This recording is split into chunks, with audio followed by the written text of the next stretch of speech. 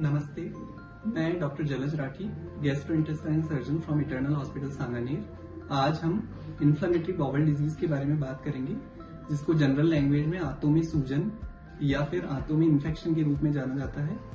और ये बीमारी जनरली यंग एज में ही शुरू हो जाती है, 20s to 30s में स्टार्ट हो जाती है। इसमें मुख्यतः दो प्रकार की बीमारियां आती हैं, एक है अल्सरेटिव कोलाइटिस और एक होती है क्रॉन्स डिजीज।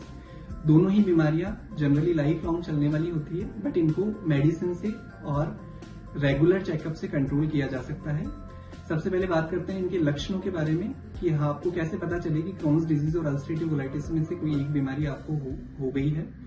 तो जनरली जिन पेशेंट्स के बहुत लंबे समय तक दस्त रहना, मल में से खून आना, म्यूकस टाइप का डिस्चार्ज आना और प्लस थकान रहना, खून की कमी होना, पेट में रह रह के दर्द होना, इस टाइप के सिम्टम्स अगर लंबे समय तक हैं तो आपको तुरंत गैस्ट्रोएंटरोलॉजिस्ट के पास जाकर इसकी जांच करवानी चाहिए। इसकी जांच से जनरली ये पता चल जाता है कि आपको इनमें से कोई बीमारी तो नहीं है। जांचों में जो जांचें मुख्यतया की जाती है जिनसे पता चलता है वो है, एक तो सिटी स्कैन किया जाता है, सिग्मोइडोस्कोपी या कोलोनोस्कोपी की जाती है। उसमें अगर डाउट होता है इन बीमारियों का तो कई बार बायोप्सी भी ली जाती है, क्योंकि इन बीमारियों में जो आंतें होती हैं उनकी जो लाइनिंग होती है, जिसको म्यूकोसा बोला जाता है, उसमें सूजन आ जाती है और उसमें घाव बनने के चांसेस रहते हैं।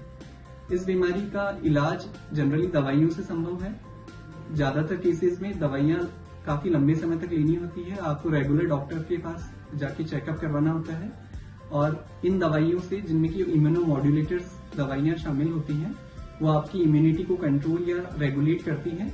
और कुछ केसेस में जिनमें कॉम्प्लिकेशंस की संभावना रहती है, या फिर अगर आप दवाइयां रेगुलर नहीं ले रहे हैं और कॉम्प्लिकेशंस डेवलप हो गए हैं, जैसे कि आंत का फटना, आंत का बहुत ज्यादा फूल जाना, ब्लड का नहीं रुकना, बहुत ज्यादा गंभीर रूप से एनीमिया से ग्रस्त हो जाना, इन केसेस में कई बार सर्जरी की आवश्यकता होती है, जो भी बहुत आसान तरीके से की जा सकती है और उसके बाद में मरीज को पूर्णतया ठीक किया जाता है।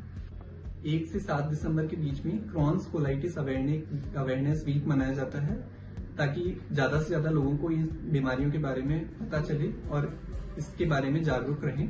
और अगर आप में से भी किसी को इस प्रकार के लक्षण होते हैं या आपके किसी रिश्तेदार को या दोस्तों को इस प्रकार के लक्षण हैं, तो आप जरूर जल्दी से जल्दी गैस्ट्रोएंटरोलॉजिस्ट से कांटेक्ट कीजिए और जल्दी से जल्दी इस बीमारी से छुटकारा पाएं।